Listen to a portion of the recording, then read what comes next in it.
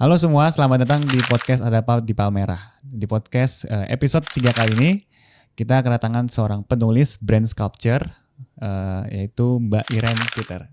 Selamat pagi Mbak Iren. Selamat pagi, Farhan. Selamat datang di podcast Ada Apa di Palmerah. Gimana kabarnya Mbak? Baik sekali. Ya. Di podcast ini kan, kalau aku akan menjelaskan lebih mungkin lebih dasarnya ya. Podcast ini ingin membicarakan sebuah buku. Jadi mungkin akan karena Mbak Iren ini menulis buku brand sculpture, mungkin kita akan menjelaskan terkait itu. Tapi sebelumnya mungkin pendengar sekalian, sobat-sobat Palmerah di sini nih, para viewers ya, belum begitu mengenal atau baru sedikit mengenal Miss Iren. Ya. Nah, mungkin bisa memperkenalkan diri Miss Iren. Ya, oke. Latar belakang dan keseharian kesibukannya apa? Ya, saya background sudah kurang lebih 15 tahun lebih. Oke. Itu memimpin BrainFit Indonesia. BrainFit Indonesia. Jadi BrainFit itu adalah perusahaan yang memberikan pelatihan otak kepada anak-anak. Oke. Ya. Jadi fokusnya atau banyak belajarnya itu tentang neuroscience dan brain gitu. Nah, selain itu karena masih kaitannya juga sama otak, saya juga adalah seorang play therapist. Jadi itu play therapist adalah pendekatan psikoterapis buat anak-anak dan juga adalah clinical supervisor untuk para play therapist. Jadi kalau play therapist lainnya yang memang praktek juga, kalau di psikoterapi itu harus ada supervisinya gitu. Jadi saya juga mensupervisi para play terapis. Oke. Berarti memang concernnya itu di play terapis anak ya? Iya. Jadi concernnya semua deh yang berkaitan sama anak-anak dan perkembangannya. Perkembangan. Nah, ini terkait juga dengan buku kita, ya kan, yang akan kita bahas pada hari ini ya, brand sculpture, yaitu ini kan judulnya brand sculpture ya Miss ya? Iya. Mungkin bisa dijelaskan brand sculpture ini ada makna filosofisnya nggak?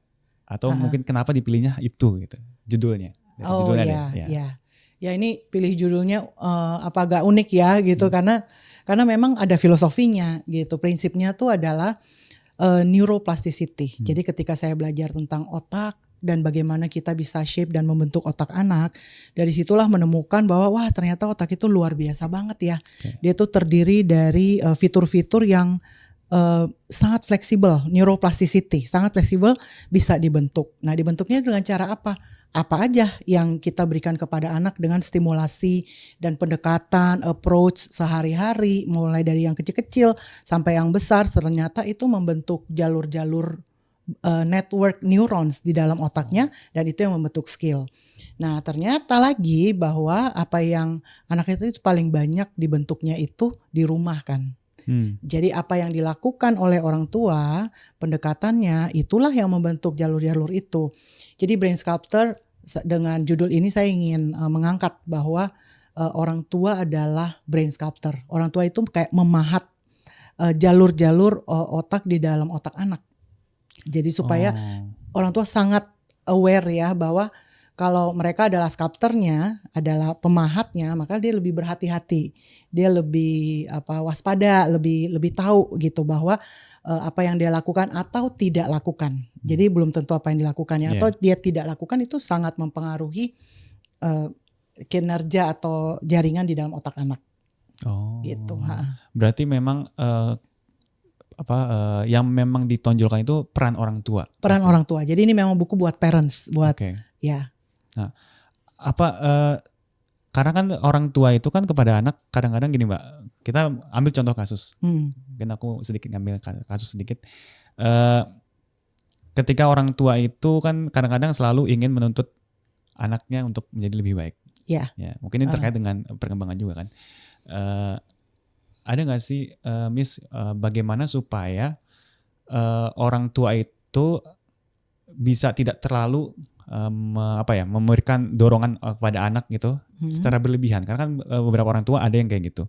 Nah mungkin Miss bisa ngasih tipsnya bagaimana supaya jangan terlalu dorong anak keras-keras lah, atau misalnya supaya ya memang harus udah jalanin aja apa anak yang mau gitu, apa yang anak minati gitu. Gimana Miss? Kalau menurut saya sih orang tua itu memang harus mendorong anaknya, gitu ya. Kalau enggak ya anaknya sama kan brain sculptor ya, kita membentuk itu gitu supaya potensi yang ada pada anak itu benar-benar keluar gitu, benar-benar terbentuk dengan baik. Tapi kalau kita berbicara tentang brain itu bukan hanya achievement atau prestasi, kita juga mesti memperhatikan mental health-nya, ya emosinya dan lain-lain. Jadi mungkin yang dimaksud Farhan itu adalah jangan hanya mendorong atau push satu area aja, yaitu achievement-nya aja terus gitu ya. Tapi harus menyeimbangkan antara achievement sama emosi dan mental health-nya. Gitu. Tapi kalau soal harus mendorong enggak, menurut saya harus mendorong karena kalau kita lakukan dengan tepat, dengan tahu bagaimana otak itu bekerja, maka sebenarnya mendorong itu terasa mudah, tidak berat. Buat keduanya, buat orang tuanya dan juga buat anaknya. Asalkan kita mengerti kerja otak. That's why buku ini pokoknya buat saya passionate banget lah. Saya ingin membagikan kepada orang tua bahwa kalau kita ngerti cara kerja otak, kita tahu cara mendorong, tidak terasa berat kok sebenarnya gitu. Malah banyak hal-hal yang dilakukan dengan nyaman dan bisa dinikmati oleh orang tua dan juga anaknya.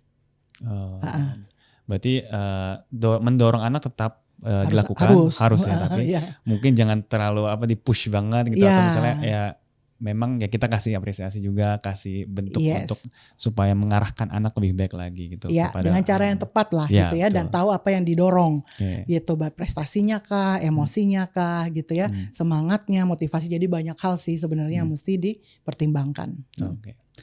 Kalau kan Mbak Miss Iren ini kan udah sekitar 10 tahun ya Miss ya? Untuk lebih dari 15 tahun ya. 15 tahun ya. Nah, ada gak sih kesulitan, karena kan mungkin banyak ya, Miss ini menangani beberapa pasien, bilang pasien atau klien anak-anak klien. Dan juga parentsnya.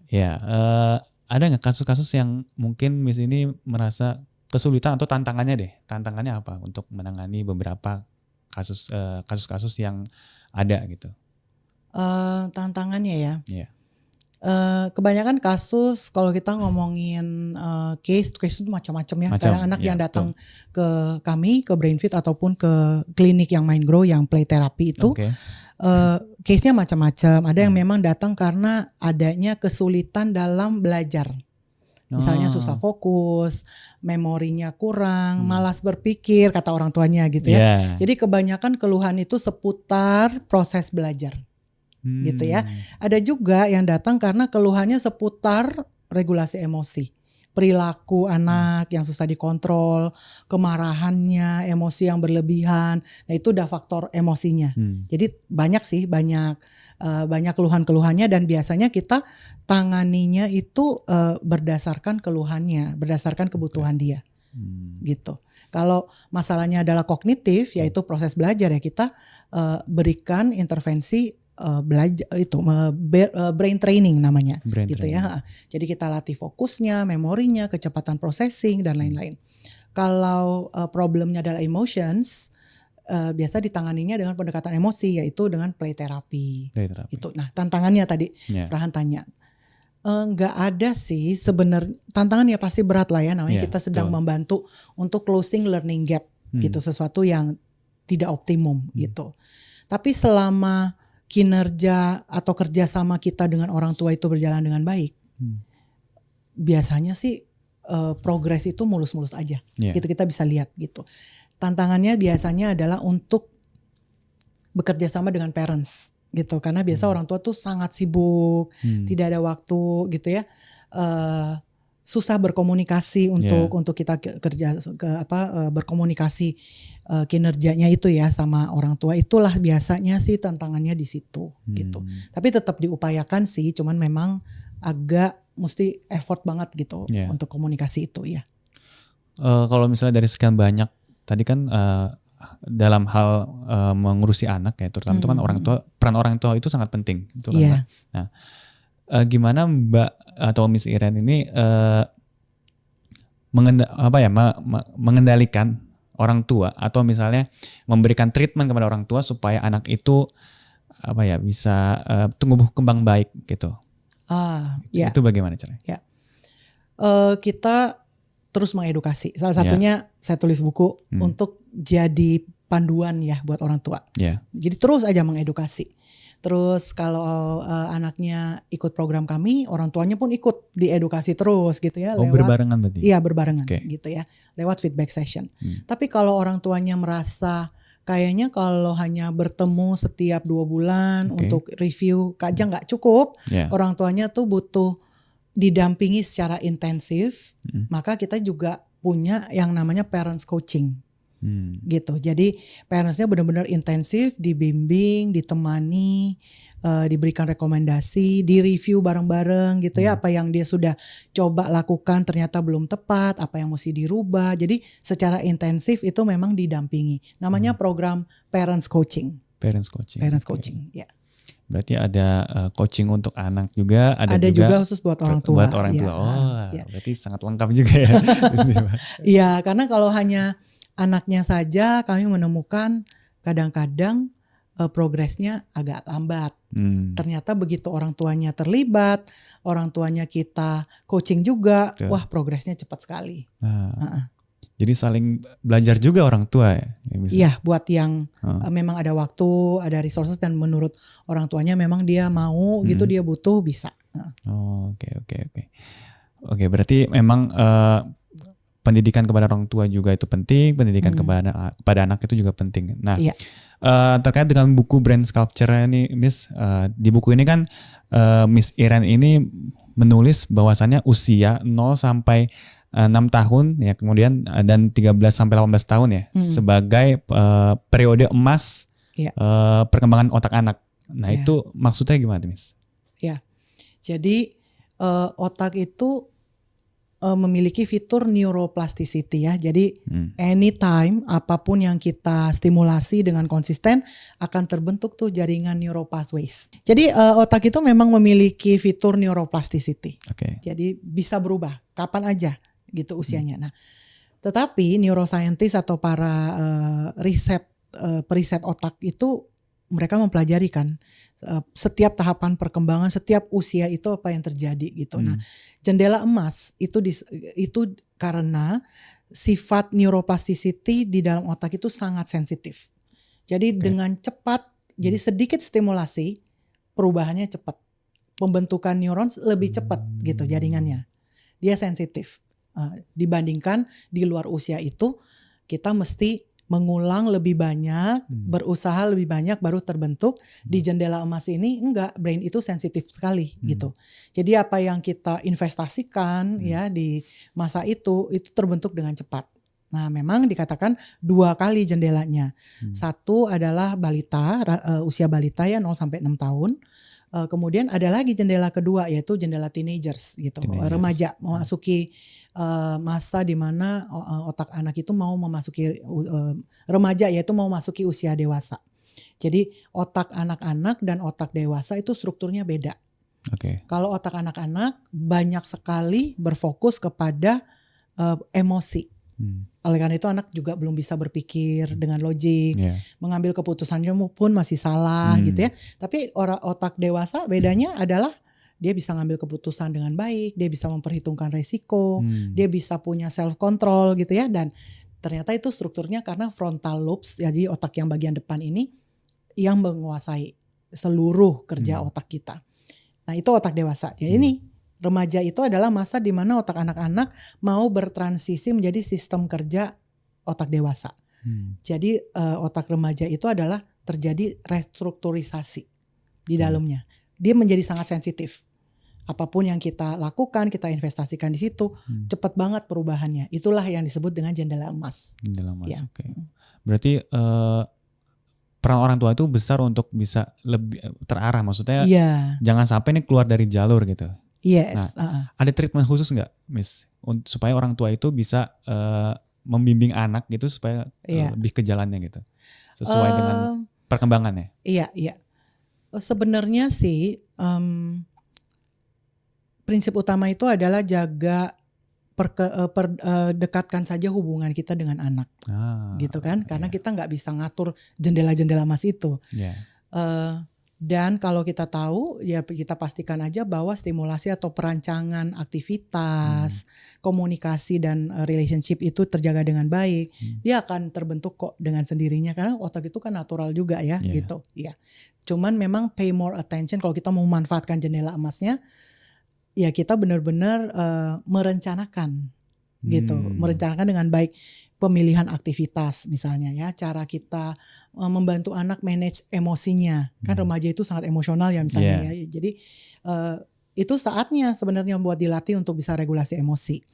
Ketika dia dewasa nanti dia jadi orang dewasa yang bisa meregulasi emosi dengan baik gitu. Jadi itu jendelanya ya, temanin aja lebih sering ya, lebih dipahami, lebih dilatih di masa-masa itu gitu. Jadi komunikasi itu penting banget. Komunikasi ya. Nah, terkait komunikasi nih, Ms. Iren, mungkin ada contoh kasus mungkin ya, beberapa anak itu tidak mendapatkan bonding orang tuanya. Iya. Karena aku juga pernah beberapa kali lihat artikel kayak gitu. Kenapa sih banyak kasus-kasus kayak misalnya anak yang durhaka sama orang tuanya akhirnya ngebunuh orang tuanya atau ngebunuh kakeknya atau semacamnya yang mengasuh anaknya gitu, mengasuh dia. Nah, akhirnya terjadilah hal itu. Nah, mungkin dari aku yang analisis aku sih salah satu kesalahannya adalah mungkin dari komunikasi. Kalau Miss Iren sendiri melihat itu bagaimana ya akhir-akhir ini kasus-kasus seperti itu? Bukan hanya, ya itu sangat disayangkan sih ya, bisa terjadi kasus seperti itu. Tapi memang kalau bisa terjadi seperti itu kan tidak karena satu faktor aja, gitu. Bukan hanya komunikasi gitu. Awal mulanya pasti karena bondingnya, attachmentnya kalau di dalam ilmu psikologi anak itu attachment namanya ya.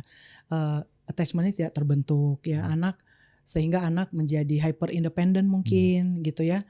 Tapi at the same time karena attachment tidak terbentuk, terjadilah banyak trauma attachment namanya di dalam diri dia. Secara otak dia memprotek diri sendiri.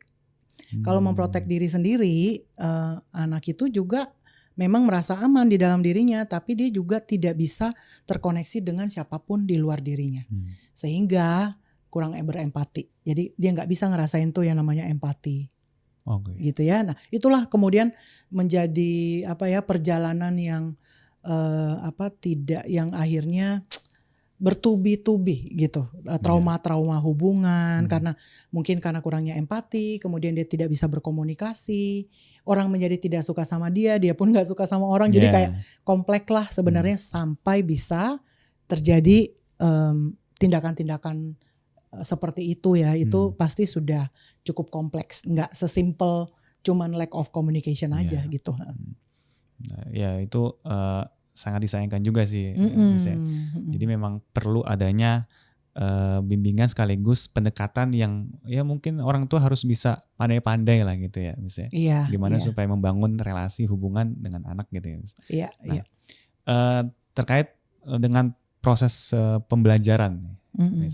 Nah, di setiap anak nih Miss, kan anak-anak ini kan kadang-kadang kalau di usia-usia masih kecil gitu ya, masih suka malas belajar gitu kan, pulang sekolah langsung main gitu ya. Atau misalnya mereka di sekolahnya itu belajar dengan baik tapi tidak paham secara literal, mungkin tidak paham secara kontekstualnya bagaimana gitu. Nah, kalau misalnya secara pengalaman Miss Iren nih yang udah beberapa tahun menangani kasus anak malas belajar itu gimana, Miss? Malas belajar itu kalau di BrainFit kita teskan, kita assess dulu. Assessment. Kita assessment. Karena malas belajar terlihat perilakunya seperti malas belajar. Iya kan? Nah, tapi sebenarnya kalau kita tahu cara kerja otak itu nggak ada yang malas. Otak itu selalu ada motivasinya untuk melakukan sesuatu gitu. Jadi apa yang terjadi kalau kelihatan seperti malas belajar? Jadi kita mau tahu gitu ya bagaimana sistem kognitifnya bekerja. Nah, dari pengalaman kami di BrainFit, kalau kita sudah cek assessment, biasa terlihat lah, oh ternyata kemampuan fokusnya yang kurang, atau ternyata working memory-nya yang kurang, atau ternyata dia kesulitan di dalam memahami bacaan, gitu ya. Kesulitannya dalam matematika misalnya. Jadi ada spesifik banget gitu. Kemudian dari hasil itu kita cocokkan datanya sama observasi orang tuanya, pengamatan orang tuanya yang lebih tahu ya. Oh anak ini kalau disuruh berhitung dia mau ngerjain. Tapi kalau soal cerita selalu aja minta ditemenin. Berarti kita bisa pinpoint problem dia bukan matematika, problem dia adalah baca. Pemahaman bacaan, kalau soal cerita literasinya gitu misalnya. Atau kita cek lagi, kata ibunya dia kurang fokus, tapi kita cek fokusnya oke, processing speednya bagus, semuanya kemampuan fokusnya bagus. Ternyata dia kesulitannya di auditori. Jadi ketika dia mendengarkan gurunya menjelaskan, mendengarkan orang bercerita, dia kurang paham. Dia kurang paham, jadinya dia nggak mau fokus lah, nggak mau perhatikan gitu, bukan males gitu. Jadi kalau sudah mengenai problem dalam malas belajar itu terlalu luas. Kita perlu assessment untuk pinpoint banget on spot problem dia di mana. Kemudian setelah itu kan otak bisa dilatih ya. Nah kita latihnya spesifik, kayak di area itu aja yang ditingkatkan, area yang kurang. Gitu. Tergantung kekurangannya tuh di mana. Cara melatihnya gimana tuh, Miss? Dalam hal itu ada nggak pada anak atau kepada orang tua langsung atau gimana? Ada program yang bisa diikuti di BrainFit. Anaknya datang kemudian berlatih gitu ya. Berlatih itu macam-macam. Ada yang motorik, ada yang menggunakan apps. Gitu ya. Ya. Nah terus kemudian ada juga tips yang diberikan kepada orang tua. Supaya apa yang dia pelajari di BrainFit dia latih, dia bisa praktekkan lagi di rumah gitu. Orang tuanya bisa mempraktekkan dan mempercepatlah proses perubahan itu. Ada tips-tipsnya seperti apps yang bisa mereka mainkan di rumah. Buat latihan ya. Kemudian misalnya kalau dia problemnya adalah reading comprehension atau literasi ini misalnya. Kita memberi advice kepada orang tua, bacakan buku setiap hari gitu, atau minta dia read aloud, baca nyaring gitu. Dan harus dilakukan setiap hari gitu. Jadi beberapa tips lah seperti itu. Misalnya masalahnya adalah fokus impulsif gitu ya, maka kita memberi tips kepada orang tua bagaimana caranya untuk memperpanjang rentang fokusnya ketika dia sedang belajar atau mengerjakan PR misalnya gitu. Ada tips-tips yang diberikan sih. Jadi memang kebutuhan anak itu harus terpenuhi banget ya, apalagi di usia-usia yang tadi itu yang mau sampai berarti memang kesadaran orang tua itu memang harus perlu ya, misalnya. Pengetahuan lah ya. Pengetahuan ya, karena supaya bagaimana anak ini bisa tumbuh kembangnya dengan baik gitu. Nah, dalam hal itu apa kendala yang dialami anak sedikit banyak kan menurun tuh dari kemampuan kognitif dan kendali diri orang tua. Nah itu gimana, Miss? Nah ini nih sekarang klise ya, tapi saya akan mengulang. Gadget gitu ya yang membedakan yang membedakan generasi saya mungkin dulu gitu ya. Ada sih banyak juga, saya juga malas belajar sempat gitu kan. Tapi sekarang lebih sulit lagi tantangannya karena gadget itu gitu. Once otaknya sudah masuk ke dalam dunia screen, berarti dia masuk ke situ, agak susah untuk kita tarik keluar, untuk kita minta untuk melakukan hal-hal yang lain gitu. Nah, sangat asik banget di dalam situ. Nah, itu jadi biasanya kendala saat ini adalah itu, kita berlomba-lomba sama gadget. Bisa lebih menarik mana? Buku, bacaan sama isi dari gadget itu gitu. Jadi berlomba-lomba di situ. Ya kalau bisa jadinya memang kalau bisa gadget itu dikurangin banget sih, di manage dengan sangat baik gitu ya, bukan berarti dihilangkan, tapi harus di manage. Ada manage tertentu mungkin untuk tipsnya? Berapa kali sehari gitu untuk gadget ya, screen time anak-anak? Ya kalau ada usulan dari American Pediatric Association, katanya maksimal 2 jam. 2 jam. 2 jam ya. Tapi nggak bisa diikuti telak-telak begitu aja 2 jam sebenarnya. Kalau otak anaknya itu tipenya memang sudah ADHD, memang sudah attention deficit, maka 1 jam saja sudah cukup untuk bikin dia nggak bisa fokus sama sekali. Jadi sensitif gitu. Tapi ada juga yang fine-fine aja karena dia punya kekuatan jaringan network yang kuat gitu ya. Belajarnya kuat tapi main gadgetnya mungkin lebih lamaan juga nggak apa-apa gitu. Jadi kalau itu nggak apa-apa gitu. Jadi kalau ikutin patokan APA 2 jam, tapi kalau di BrainFit kami akan lihat case per case.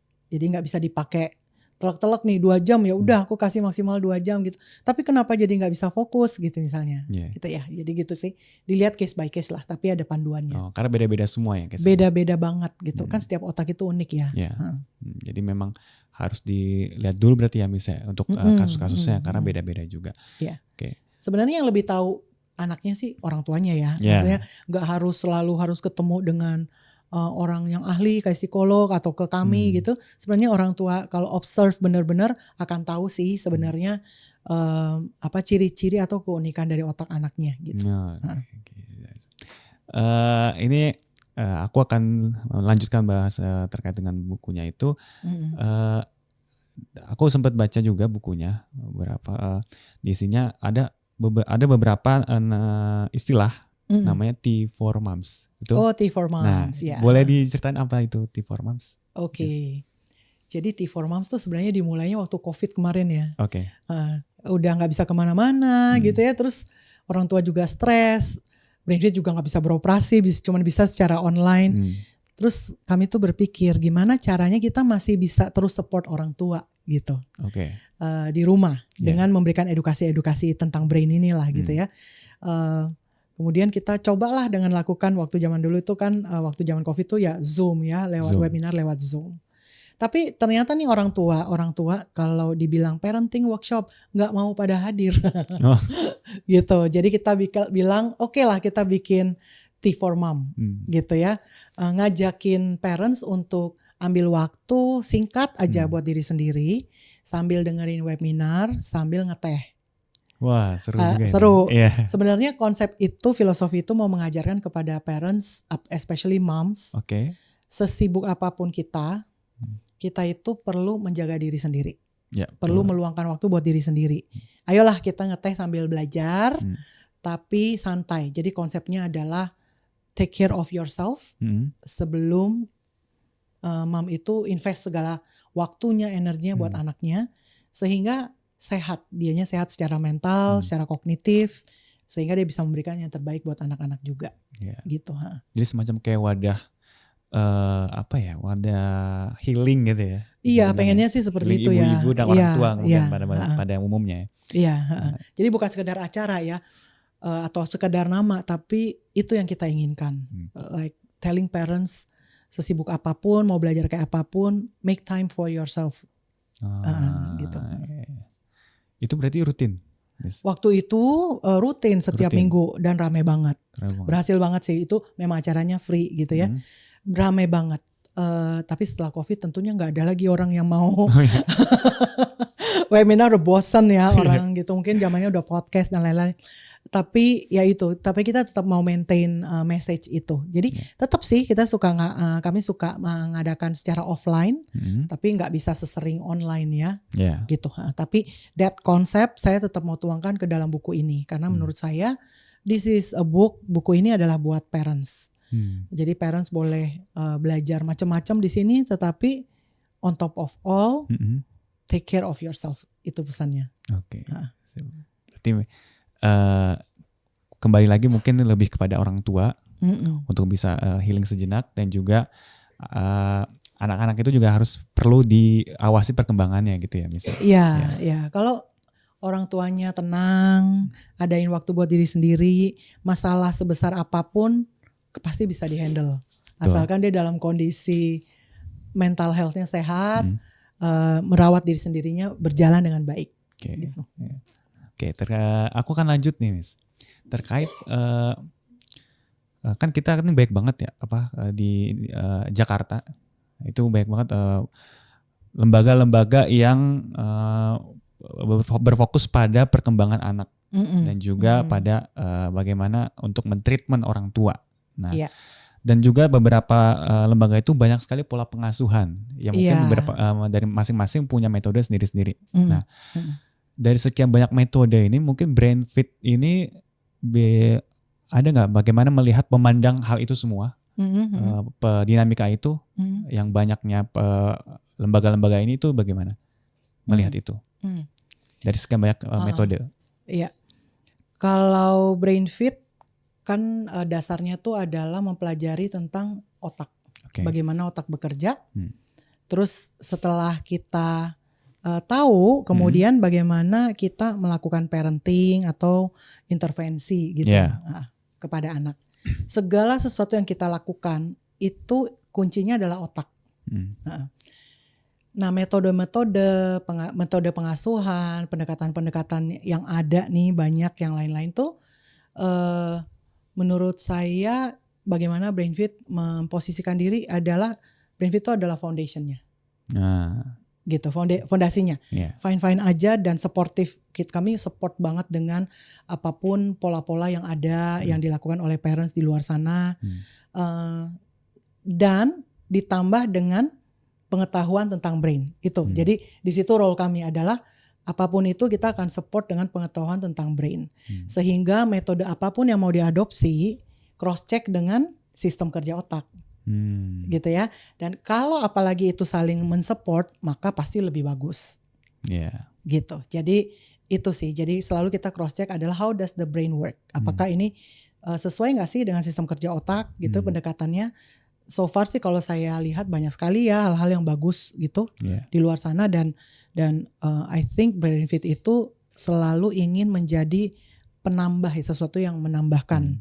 Yang kurang ditambahkan. Yang kurang ditambahkan gitu. Gak ada salahnya untuk memahami bagaimana sistem kerja otak sehingga pendekatannya efisien gitu. Berarti ya mau belajar dari manapun ya sah-sah saja. Sah-sah aja. Kita juga fokusnya kepada anak dan juga orang tua. Betul.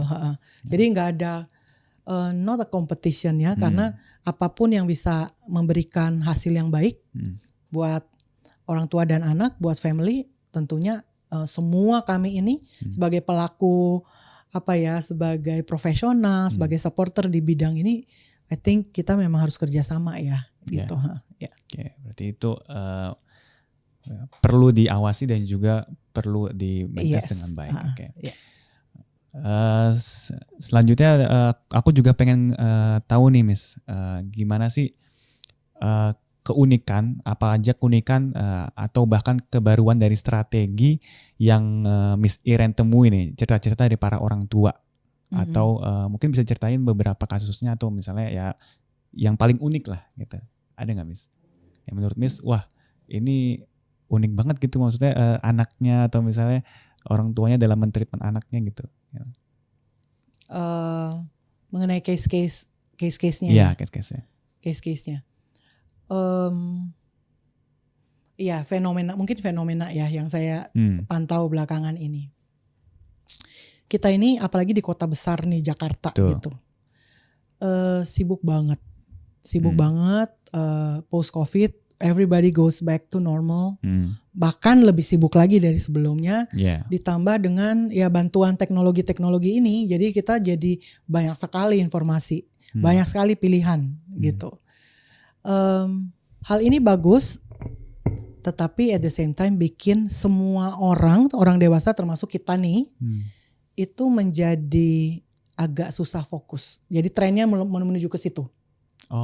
Gitu ya. Kita susah untuk fokus karena kita pun pakai gadget ya. Juga, agak lamaan dikit aja iklan. Udah kita skip gitu ya. Kalau orang ngomongnya agak panjangan aja udah kita skip. Jadi rentang konsentrasi kita pun udah semakin pendek gitu. Bahkan saya menemukan sekarang banyak loh orang dewasa atau parents yang symptomsnya seperti ADHD. Ya, ciri-cirinya dia impulsif, dia nggak sabaran. Ya tentunya pendek fokus gitu ya, sehingga kesabarannya pun menipis, katanya setipis tisu gitu ya kalau menghadapi anak gitu. Di rumah pun anak jika anak memiliki orang tua atau parents yang semuanya terburu-buru, suasana rumah dikit-dikit mesti cepet-cepet, ya. Tapi di luar itu hiburan mereka hanya gadget gitu. Nah ini nih fenomena yang menurut saya kita tuh makin banyak tuh case-case yang seperti itu. Which yang saya harapkan dan kita selalu mengedukasi orang tua. Artinya jangan sampai akhirnya nanti generasi berikutnya mungkin 80% generasi susah fokus gitu ya, orang-orang impulsif. Resikonya adalah orang-orang impulsif ini agak sulit menjadi thinker, jadi pemikir.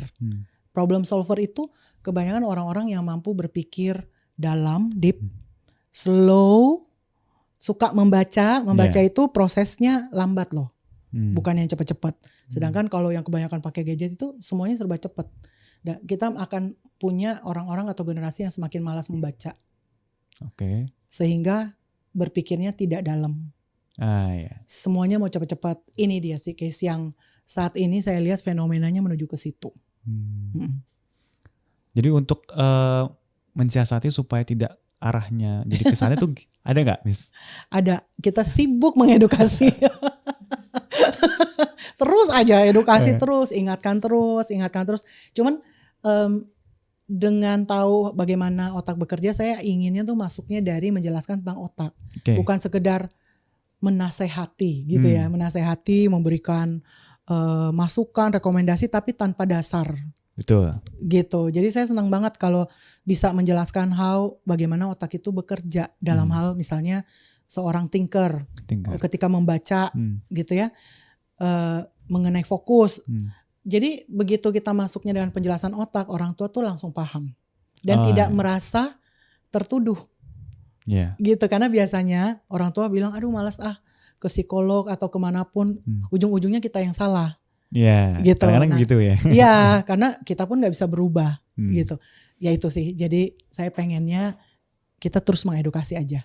Betul. Jadi orang tuanya sadar, tahu, tidak merasa tertuduh, tapi semangat untuk mempraktekkan. Gitu. Berarti memang perlu juga usaha lah.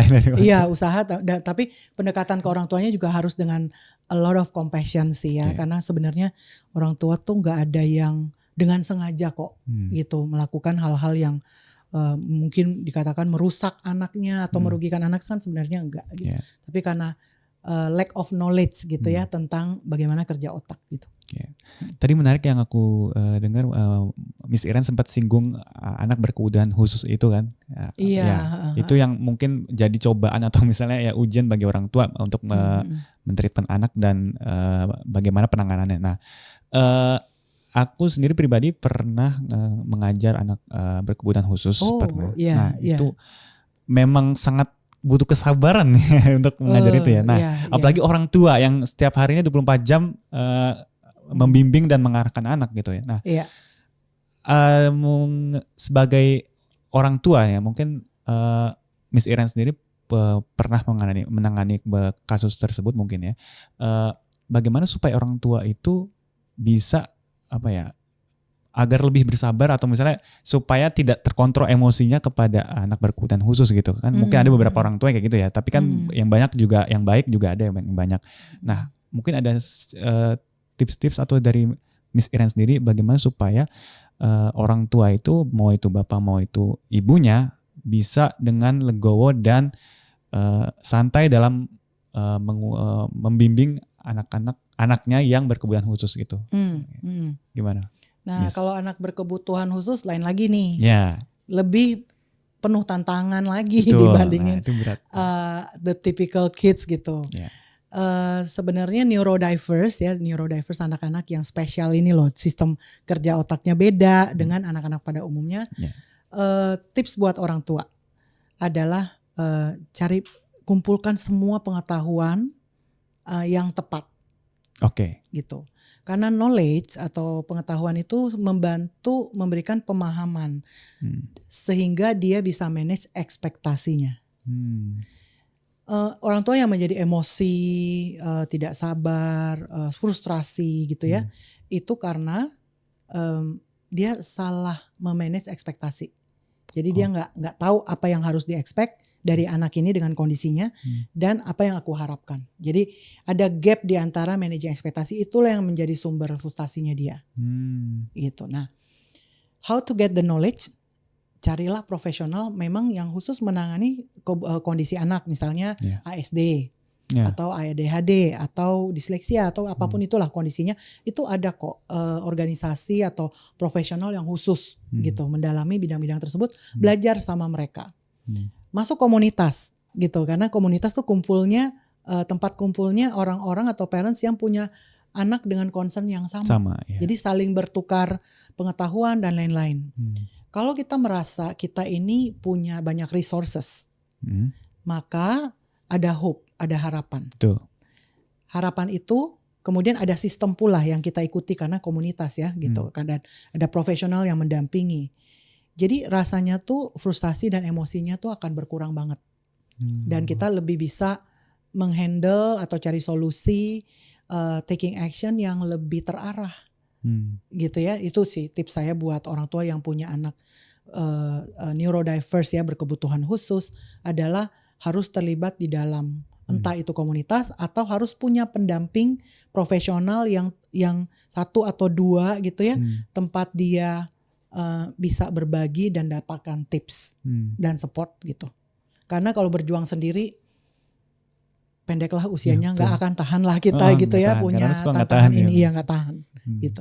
Jadi memang orang tuanya juga mesti belajar bukan dari secara literal atau misalnya dari buku, tapi juga belajar dari orang lain gitu. Ya, menarik sekali.